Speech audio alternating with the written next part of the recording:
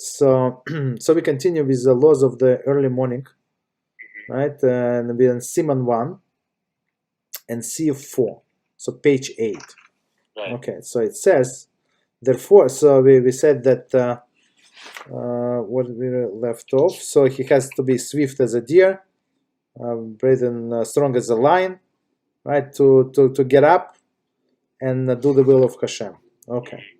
So number 4, therefore a person must strengthen himself like a lion, and immediately upon awakening from his sleep, and having said Modeo Ani, so it's the first prayer that we say, he should arise with alacrity.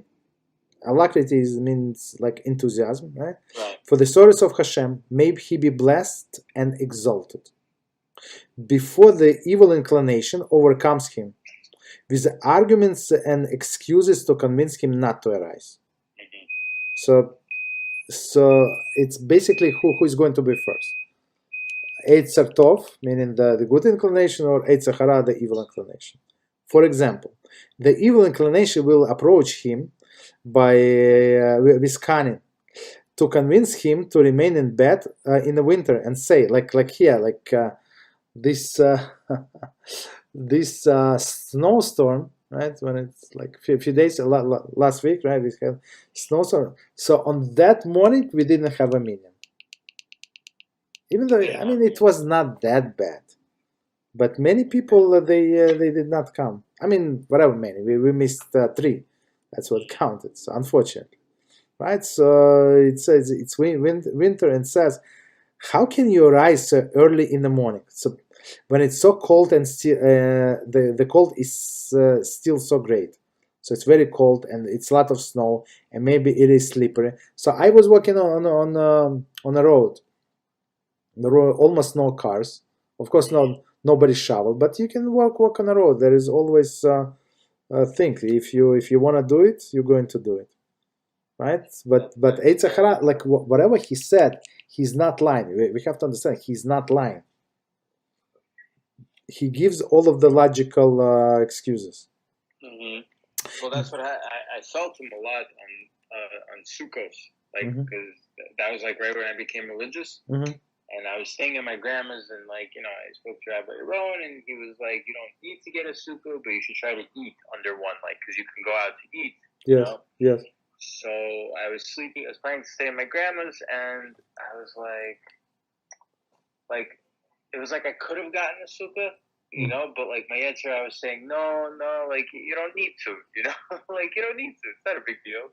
So I took a nap and I woke up and I just had this very bad feeling like I need to get a sukkah. Like if I don't get this now, like I'm gonna regret it. So I went to go get it and I beat my Yetzirah, but like I you know. So you got it? You got the sukkah? Yeah, I got a 1-person sukkah with 2 hours left. Exactly. Wow. It was on Shabbos sukkahs this year.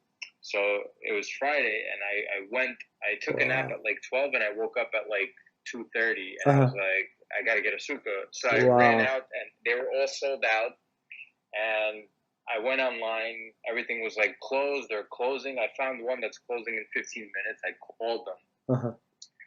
Nobody picked up. So I'm like, I was told that if you're chasing a mitzvah, Hashem's going to make it happen. Yes. All of a sudden, I get a text message.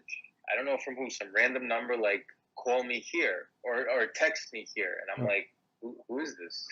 So I respond, I'm like, who is this? They're like, this is a sukkah. And I'm like, what? I was like, where did you get my number from? So I was like, yeah, I need one. And he's like, yeah, meet me here.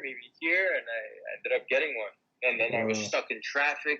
Then I felt like the Yetzirah purposely, like, yeah, of course, you know, tried to ruin my mood, you know, of like, course, because I was so happy when I got the sukkah, you know. Wow, unbelievable story. Yeah. But where did you put your sukkahs? Like, So I didn't stay at my grandma's. I went back to my place in Staten Island. So I live on the first floor. Like my apartment's in like the side of a house. But my house is not in the basement. It's first floor, like with the ground. So I put it right outside my door. So like as soon as I open my door, I just walk inside the sukkah. And it's not under any like canopy, right? No balcony. No balcony. And no trees. No tree branches. No trees. Okay, beautiful. Okay, all right. Okay. Yeah, no tree branches. Okay, so we're going to learn about it also, Mizrat HaShem. Yeah. Very good. Wow, very proud of you. Unbelievable. Yeah, it was, unbelievable. Okay. And during the summer, so and plus just heading into this winter excuse, it's very like dark outside.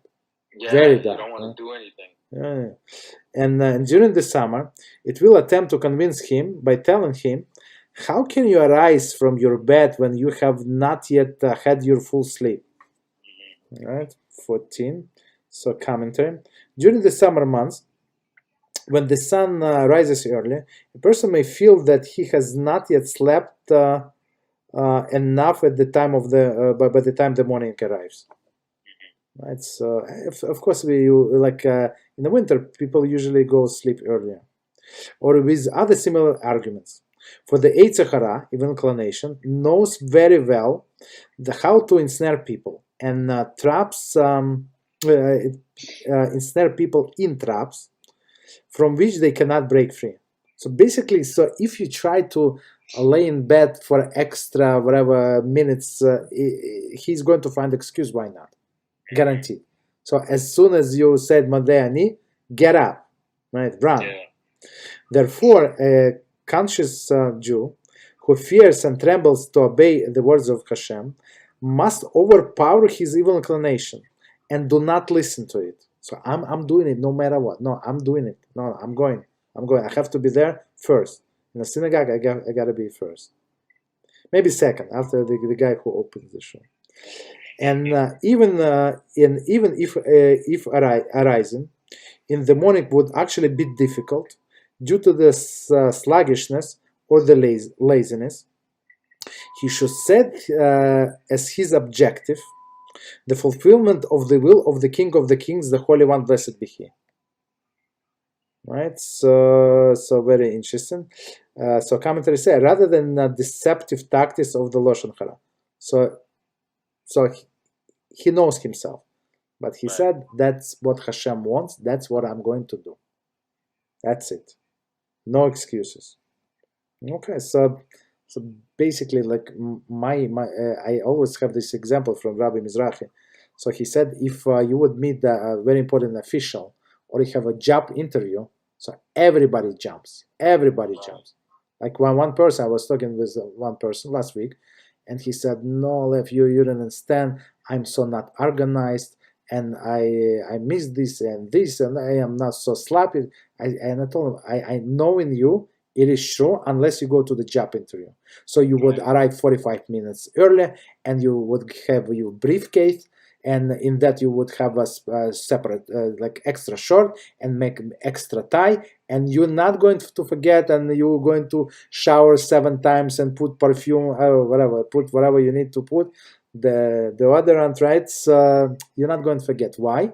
The only answer why is because you think that it is important. So if you set your priorities straight, what is important, you're never going to miss anything. Because this is important, all others can wait. Or even if it's not going to happen, also good. I had a thought today because I had, while I was at work, getting ready to leave, and I was thinking about, Marv, because Marv, when I stay at my grandma's, I don't get to go to a minyan. Sometimes I'll go to a minyan factor if I have time, but usually I'll do it alone, if I can't make it to a minyan. And, the hardest part is doing it alone, because you're used to doing it in, minions, and things like that. But alone, it's by the time I'm ready to do Marv, it's late. And I was thinking, what am I going to do to, not feel So I just said to myself, okay, I'm going to, be lazy for HaShem. Everything HaShem does for me.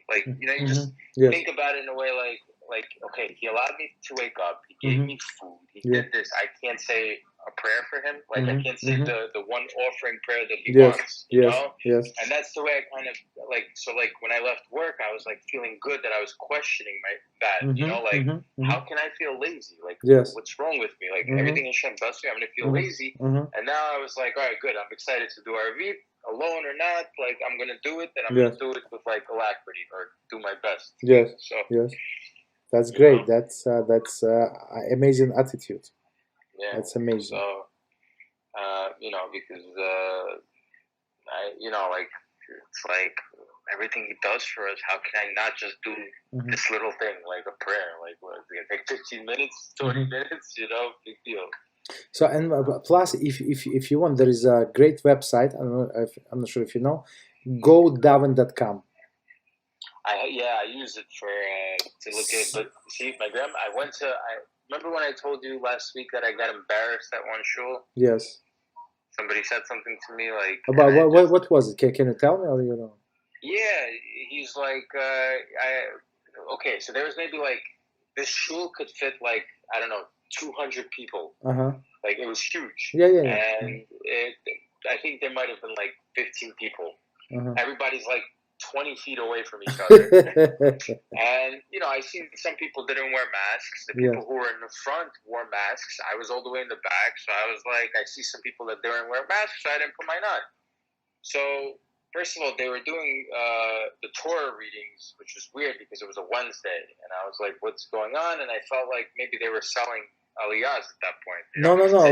Wednesday was Hanukkah, so we read Torah on Hanukkah. Oh, so they did the Torah for that. Okay. Okay. So I took off my mask. So I didn't put my mask, but I had my mask on the table, and this guy walks from the right, and he's like, "You're not wearing a mask either." And then he called me the muck, only with the S in front. Okay, wow.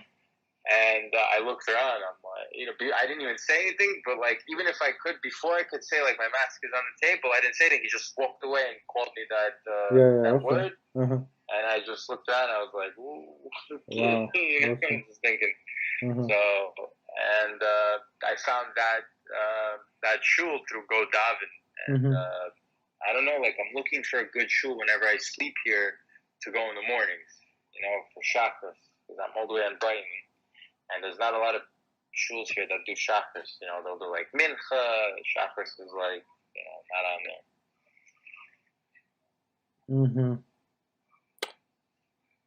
Okay. I don't know any shuls there. Good shuls. So.